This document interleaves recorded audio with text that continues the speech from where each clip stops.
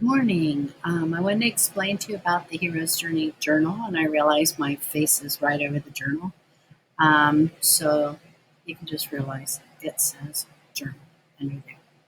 Okay, the Hero's Journey is a way of taking a character through a story. And we're going to keep a journal as we take our main character in the Giver through his journey. So you will have a game card like this. If you are an online virtual learner, you will have this at your house, and you can choose something from an old Monopoly game or whatever to be your marker to go through. As you notice, you will start, and then the setting of the story is the ordinary world. Anytime you read a book, the exposition can be a little boring, and so be patient with it.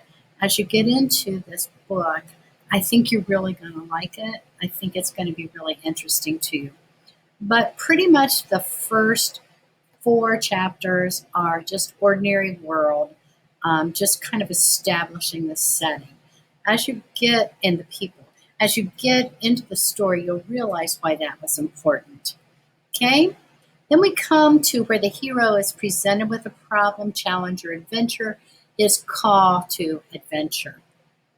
And most of the time, and you'll see in the story, when somebody is asked to do something, we saw it in our Disney films, that they have a refusal of the call. They don't really want to do it. But once they meet with a mentor, someone to advise or guide them, then they have a little more courage. The next step, the hero decides to undertake the challenge, and he is outside the normal world. Now you're going to see in the Giver that he doesn't necessarily leave the world right away, but he starts breaking out more and more as he meets with the Giver. So a series of things are going to happen to test him, and he's going to cross the threshold into kind of a different world. Approach the inmost cave. This is the most dangerous place in the new world he's going to. So after he approaches the inmost cave, he's going to have ordeals, hard times. This is the height of the suspense, the tension in the story. So the hero then seizes the reward. He gets something that's going to lead him to a better world. That's not necessarily material. It's not necessarily money or treasure. It can be wisdom. So as he goes the road back, the hero begins the journey back home to his new destination. And we will see this with the protagonist in The Giver. The turning point then, you'd think the ordeal was the only thing, but this is the climax. This is where he really meets with the problem. And then finally he returns with the elixir. In other words, he has like increased wisdom or increased knowledge or increased courage or increased strength, and he's able to be a better person and to be able to help others solve their problems. So that's kind of the hero's journey game board that we're going to follow through as we read The Giver. This is just an idea. This is the minimum that you can do. 1 through 4 are probably going to be ordinary world. Some of these are going to overlap. And so I think as you go through it, you will see different places. This is just kind of a minimum idea of where you might put your game piece. This is how I started it. Chapters 1 and 2, Ordinary World. And I put in chapters 1 and 2, the author sets the setting for the story. Story is obviously limited third person through the eyes of Jonas. So I assume he's going to be the hero or the protagonist. The author describes Jonas's friends and family relationships, along with describing the physical world in which he lives.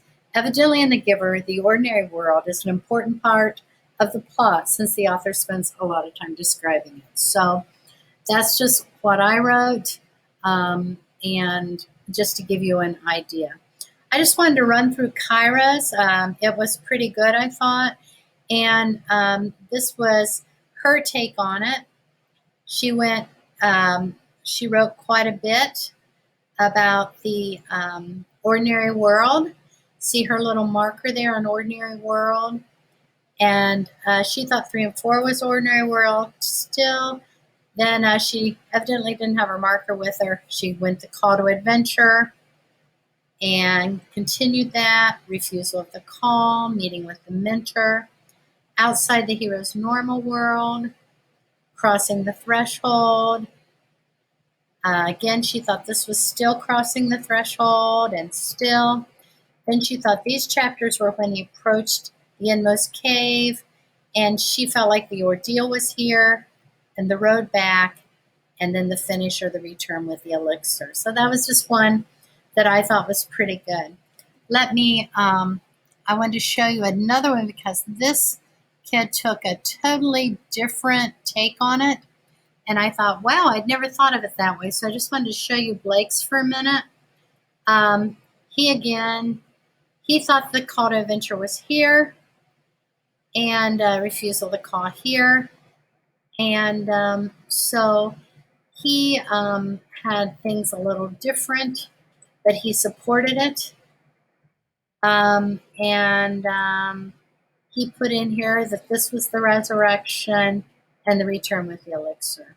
So just some different ways that you might be able to do this. And now you're seeing all my junk on my screen. Sorry about that. I should have kept something up.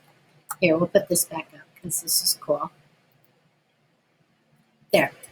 That looks nice. Okay, so anyhow, that is the hero's journey. We'll work on that some in class. If you're a virtual learner, then you'll be working on that mostly on your own. But this is worth 100 points, and I think it's kind of a fun thing to do. So make sure you keep up with this so you're not like freaking out at the last minute to get it done. This is something we want to do along with the story, the book, The Giver. Okay, so when you have questions on that, please ask me.